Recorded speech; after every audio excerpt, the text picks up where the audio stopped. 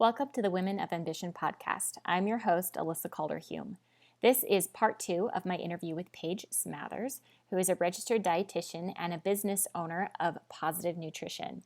If you've heard that term, positive nutrition, before, Paige was actually the first to use that term and holds the trademark for that, which is pretty awesome.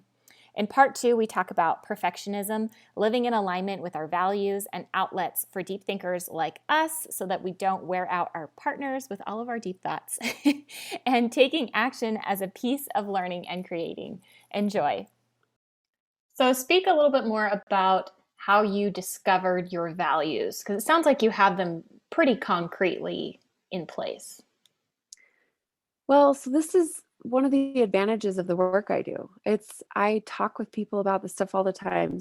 So just to take a step back, in order to help people with their eating, you have to understand what's important to them. What are their values? What do they want their life to look like? So I have these big kind of abstract, lofty conversations with people about this stuff all the time. And so you can't do that work without them being like, well, what about me? What's important to me? So I really believe in doing similar work in my own life that I'm asking my clients to do. So whenever I have a deep and meaningful conversation with one of my clients, I try to kind of turn inward a little bit and be like, okay, well, what does that mean for me? Or how could I apply that to my life? So I'm pretty much constantly doing that work. So just as a personal question, is this something that you discuss with Billy, or do you have a friend that you talk about it with, or is this just all internal?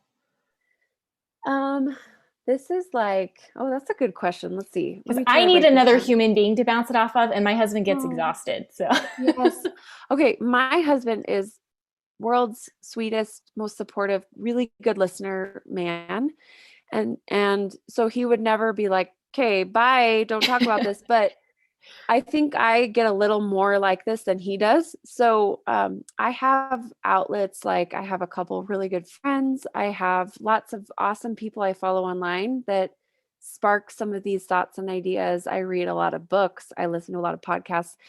This is, I'd say, mostly me, and then maybe 20% bouncing ideas off of other people. This is why I need a lot of alone time. Yeah. I have to have time to sort of be like, hey, what do I think about this? And let me ponder this and let me explore it. I wish I could say, gosh, I have a journal practice and I write every single day and I'm so awesome. No, I don't. I don't have time for that. Well, that's an excuse, but it is what it is. So for me, it's like when I'm exercising, or when I'm out in nature, or when I'm just hanging out under a tree on a blanket, these are the kinds of things I'm thinking about. I've always been this way. I'm like, what's the meaning of life? Why am I here? I'm always thinking about that stuff. So Alyssa, if you want someone in your life, let's talk about it. I love this stuff. It's super, I live for connecting to real deep humans on a real deep level. And that's what makes me happy. So I'm exactly the same way. That is why I'm doing this podcast, because I can be like, okay, we're going to have a deep conversation. Come with your thoughts. And I'm going to record it. Your mind. Yes. And then I can go back and analyze it later, and I'm going to take notes and see what I can learn. Totally. And having casual conversations with friends doesn't always yield this, because people aren't always emotionally ready to talk about the purpose of life and compare what they're spending their time on to their values and ideals. But it's really important. And yeah, I'm the same way, where I need that in my life. And if I rely on one person to bounce ideas off of, it's just way too much. Yes, I agree. And that was another really good realization for me, was my husband is amazing. And I'm so glad I picked him and we found each other. And we can't be everything to each other. And so being able to have friends and other people who you connect with on different levels feels really healthy to me, and also very liberating. I don't need to ask him to be so excited about all this stuff that he's like, well, I just watch construction workers work and I make sure that they don't contaminate soil. He's like, it's just, we have very different jobs. So anyway. Yes, I love that. So, okay. So this leads directly into my next question, which is what mentors do you have? And that doesn't have to be someone that you speak with in person. It can be a book or someone you follow online or whatever. But who are those people in your life? Oh, that's such a good question. And I'm almost a little bit embarrassed to tell you the answer, but I'll just be honest. My brain, I really struggle. Like, I understand intellectually why a mentor is really important and really good and really valuable. For me, I can honestly say I don't really have a mentor. So I kind of like the freedom of not putting anyone on a pedestal and just realizing that literally every single person is my teacher. Like, my clients teach me and probably over the years have taught me more than I learned in school, honestly. Like, my clients are my teachers, my colleagues are my teachers, the dietitians who work with me in my practice are my teachers, my kids are my teachers, my mom is my teacher, my husband's my teacher. So I don't know if that's like a great answer, but there's just sort of like a weird thing about me that I really struggle with authority, and I struggle with people who feel like they have all the answers. And I'm like, I don't believe you. That's totally okay. Okay, we touched a little bit on your staples for success, your routines. This wasn't possible in the beginning of my practice, but these days it is possible with those Mondays. I can take the weekends off where I really don't have to touch my email or my phone or um, work on presentations. In the past, I would basically do all of the time that my kids would be with a sitter. I would be seeing clients, and then on the weekends I had to do all that extra stuff. So it's really nice balance these days. Um, I really feel like being in nature is a really important part of my mental health and well-being, and I can't really separate my well-being from my practice, my business's well-being. It's very much one and the same. So as I take care of myself, I then can establish and cultivate sort of a culture in my practice that feels really healthy and really aligned and really um, respectful, which is all really important to me. Like, we all learn from each other and we all really respect each other. So I just keep that in mind. If I'm not feeling okay, if I'm feeling really out of sorts, it's not like, oh, I'll get to that if I get time. I'll like make sure I eat, or I'll make sure I get enough sleep, or I'll make sure I, have downtime or have alone time or whatever it is that I need. I don't think about that as like, well, I'll do that later when I have time. I think about it like, oh my gosh, if I don't do that, things are going to come crashing to a halt. And not to be dramatic or put a lot of pressure on myself, but just to be like, that's not a want, that's actually a need, you know? That's a really hard line for me to draw for myself, needs versus wants. Because I Mm. do feel like I'm really blessed and I'm really privileged to live the life that I need. But at the same time, in order to be the version of myself that I want to be, there are things that do have to happen. Yeah. And it's not just about surviving, it's about thriving. And there's a huge difference. Right. And when you have your needs met, you're then a better mom and a better listener and like just more capable of being the kind of person you want to be, which ultimately helps you have this sense about yourself like, hey, I'm trying my best. I'm a good person. I care about people. It's easier to see that when you're rested and when you're fed Mm-hmm. and when you've had enough sleep. You can really see that a lot better than when you're grumpy because you've gotten 2 hours of sleep the last 2 nights and you haven't eaten anything decent and satisfying for a while or whatever. So I think about it, it's not perfect for sure, but I think about it like these are things I genuinely need to be able to do my life. And so it's not just when I have time, it's like how can I make this work, you know? Yeah, I love that. So we've talked about some of your goals and values and things. When you look at the end of your life, are there things that you want to have accomplished or added to the world looking back? What does that look like for you?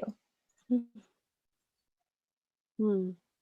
I'm like recently starting to be more comfortable thinking about that. Like, that thought is great. It's like scary for us in our Yeah, culture to think about death, right? Like no one wants to think about that. But I actually think that this is going to sound cheesy, but I mean it from my heart. Like it teaches you how to live. When you start to think about the end, then you start to think about, okay, well, what does that mean right now? And exactly. if it drastically changes what you're doing right now, then great. Like I'm so glad you thought of that. If thinking about the end is like, well, cool. Like I'd want to be doing what I'm doing. Maybe I'd take another vacation, or maybe I would, not answer that phone call, or maybe I would like stress less about my email or whatever. Those are good things to learn, and I'm open to that. But like in general, I'm really comfortable with the way I'm living my life. I'm comfortable with the way that I care about people and show up for people and love people, whether it's my family or my clients.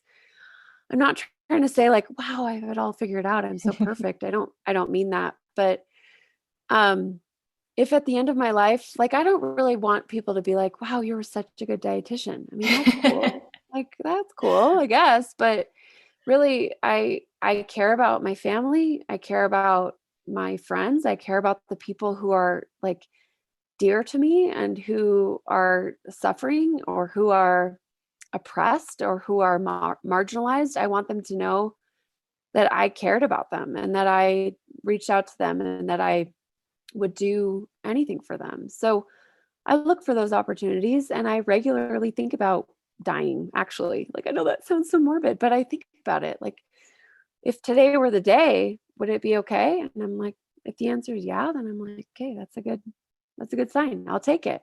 So in general, I don't know. Like, I don't know if there's one thing that I'm like at my age currently right now, I have it all figured out as far as if, like, let's say I were to live a long, full life, another many decades. I don't know. That's going to evolve what I want to be known for, what I want out of this life. But for now, if today were the day, I'd be like, yeah, I think I think I think I'm okay. To be honest. Is that too deep to say? No, that's totally awesome. Sorry, I have resting bitch face, so just ignore that. Oh my gosh, Um, no, you don't. You had the sweetest face. okay, good. No, that was beautiful, and I love it. And we all just process things differently, but you've clearly done a lot of really deep thinking, and you're living in alignment. And so, what does that actually look like in 20 years? Isn't nearly as important as just living true to yourself right now. Yeah, that's all you can do. And Yeah. I've spent so much of my life, Alyssa, living in the future. Like it's kind of what I had to do to survive a divorced parent situation and to feel really chaotic in my childhood. Like I always had to think like, oh, well, as soon as I X, Y, or Z, then things will get better. And so I got in that habit of thinking that way. And it's been a lot of work to just be like, okay, well, hold on a second. I'm literally living everything I've always dreamed of. I have a husband who's amazing and loving and wonderful and funny and cool and awesome. And I have two little kids who are so fun and smart and witty and strong and amazing. And I have a beautiful house and I have a hot tub, which is so fun in the winter. And we go skiing in the winter and we go camping. And like, we don't live this crazy extravagant life, but we have so much fun and we love each other and we're like happy and good. Like, what? What is my brain trying to be like, okay, but when this happens, then it's like, no, now is good. So anyway, I think this response I just gave you is sort of like a lot of work has gone into being okay with where I am right now. It's like not where my head naturally wants to go. It wants to be like, yeah, but let's do more. Let's do something different. What That's about that's in that the piece of future? ambition that we're here to talk about. Oh, exactly. Which is like it's such a good thing, but it's also something to temper sometimes so that you can still be present and be content and Yeah. like experience joy. Yeah. Like sometimes things are good enough and it's okay. You can stop pushing. Totally. I'm talking to myself, but No, things, I things know. can always Exactly. improve, but like I'm okay where I am and like Yeah, enjoy it. exactly.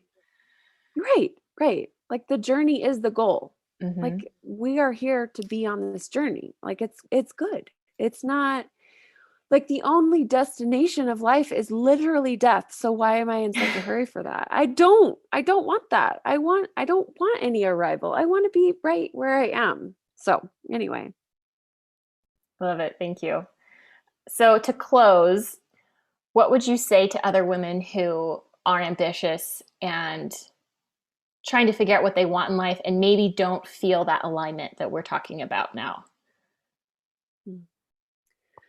Well, I think some of this stuff comes as you take action. So I've learned, both personally and professionally, that there's only so much we can intellectualize.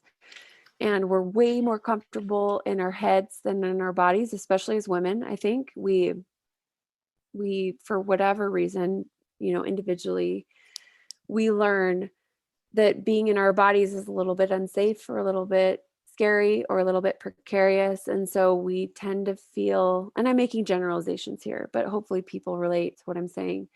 We tend to feel more comfortable in our heads, and then it's more comfortable to intellectualize and to discuss and to talk about concepts, but it's a lot less comfortable to start taking action.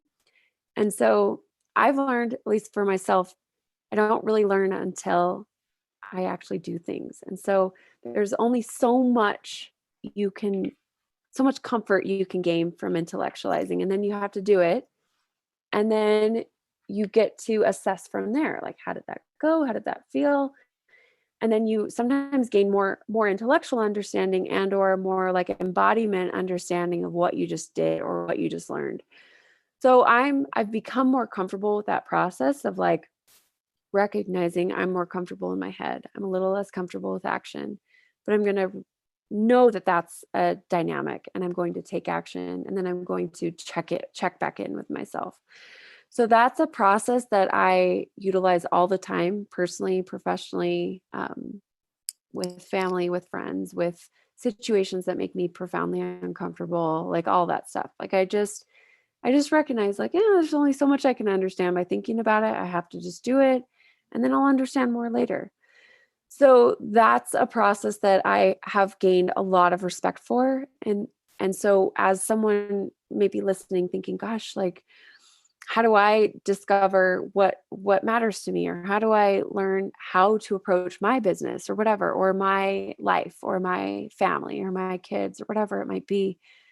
I think just maybe it might be helpful to recognize that dynamic of like, okay, think about it, but then do it. And then think about it more and then do it. Like, let it be both so that it's not just one where then you don't take any action because you're so comfortable thinking about it, where you're not comfortable actually taking action. So that would be my advice, is the more you start to actually do things with your physical body, you'll learn a lot more about what matters to you and what doesn't.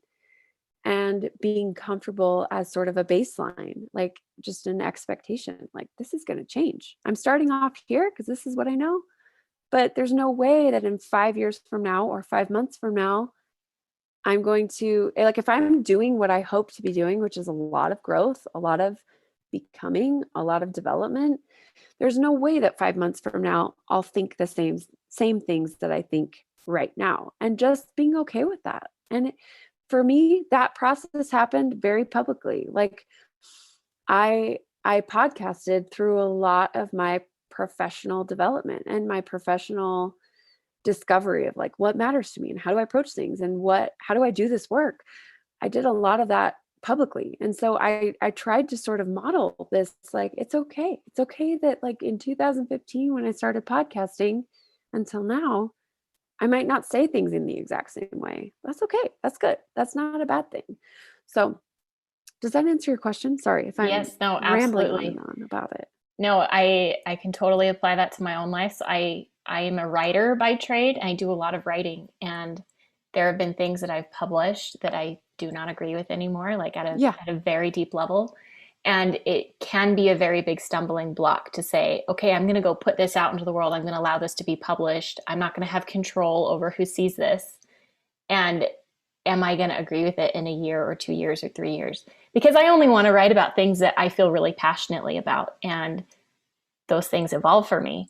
And so it's taking this step out into the world and not letting that fear block me and block my creativity, and actually just allowing myself to make mistakes and move through that.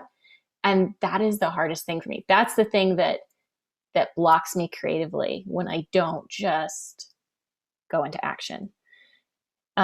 Even just like starting this podcast, like the first couple episodes don't have the greatest audio, and I am relearning my skills on how to interview people. And I'm learning a lot of things, but it's more important for me to just do it and move forward and figure it out, because it's not going to be perfect the first time. Yes. And if I wait for it to all be perfect and for me to understand everything, You'll never learn. It'll never happen. And like, if I want people to hear this, like, I'm not going to start with like 1,000 followers who are all in love with me. Like, I'm going to be developing myself, and people will find me who are interested in hearing what I have to say. So yes, I think that is fantastic advice. And for what it's worth, scary. Interviewing, aka talking to people, was my whole entire like professional life, and I still really was not so good at interviewing people on the podcast when I started. Like it is a skill, and like I love what you're saying. Like, just, it's okay, it's imperfect, and in fact, like, you modeling that for people, that growth, that permission to like not have it all figured out, which, by the way, I think you're doing a great job interviewing me. But like, you modeling that perhaps is even more meaningful than the conversation itself. And that's something to think about, is like, what you're actually doing matters, but also how you're doing it might even matter more. And it's unspoken and it's unsaid and it's unacknowledged, but people are looking and noticing that. And like, I don't know, for me, that just felt really profound to realize, like, oh, there's a lot more to what I'm doing than just what I'm saying. It's also how I'm doing it. And I really feel like part of the reason I'm even having conversations about entrepreneurship is because I think, at least, I mean, I'm not trying to make myself seem like so great, whatever, but like, at least to some degree, people notice that, and maybe people feel that, like, oh, there's something a little bit different about the way she talks about this. So, or the way she approaches this. So I just think that that's beautiful, that you're being like okay with the imperfect. It's great. No one needs it, especially in a podcast. That's what I love about podcasts. People are understanding. It's just like two people hanging out, having a conversation, and you get to listen in, and it's like, oh, now they're my friends. I love that about podcasts. Yeah, I love that too. I had one more thought that I wanted to share real quick, and it's International Women's Day. So happy International Women's Day to you. Yes, you too. And because the audience here is women primarily, when we step out into that scary space, we're not just doing it for ourselves, but we're doing it for every other person who feels held back by not having all the answers before they take action. And each and every woman that I interview on this podcast, like, is a role model in that world for me. Like, you are that person for me. And it makes it easier for all of us. It's not a selfish act. It's a liberation for everyone else who's yet to come. So thank you for doing that for me and for all of us. That's amazing. Thank you for saying that. That's a weird thought for me, but like, I hear it and I take it and I acknowledge it. It's just, that's like a mind-bending thought. I don't know why, but it's like, I've never thought of it that way. That's cool though. Well, thank you. Thanks so much for talking with us today. Thank you for having me, Alyssa. Yes, you're welcome. If people want to find you for your expertise on entrepreneurship or dietitianing, what's the verb for that? Nutrition, I guess. Nutrition, being a dietitian. Yeah, there you go.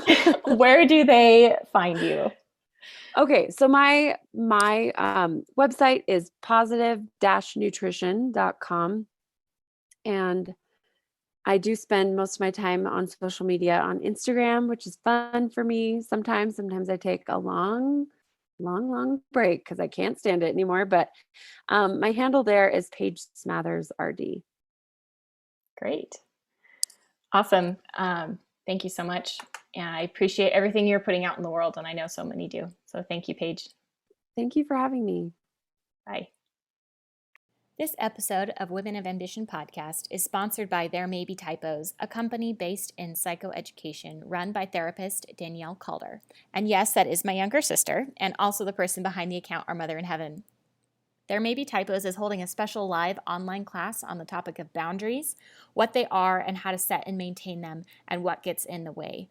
Listeners here get priority access to these classes, which is great. Her last one filled up in about 36 hours, so snag a spot. Each class includes an educational part, discussion, and a Q&A. April 8th at 7:30 for $15 is the class that is set aside for our group here. It's a special offer for listeners. I will be there. You can come hang out with me. If you are interested, you can snag a spot now by emailing Danielle at theremaybetypos@gmail.com. Hope to see you there. Thanks for joining us today. The Women of Ambition podcast is a Big Round Schoolhouse production, edited and hosted by me, Alyssa Calder-Hume. For show notes, please visit bigroundschoolhouse.com. To contact us or suggest an interviewee, email Alyssa at bigroundschoolhouse.com or message us on Instagram at Women of Ambition Podcast.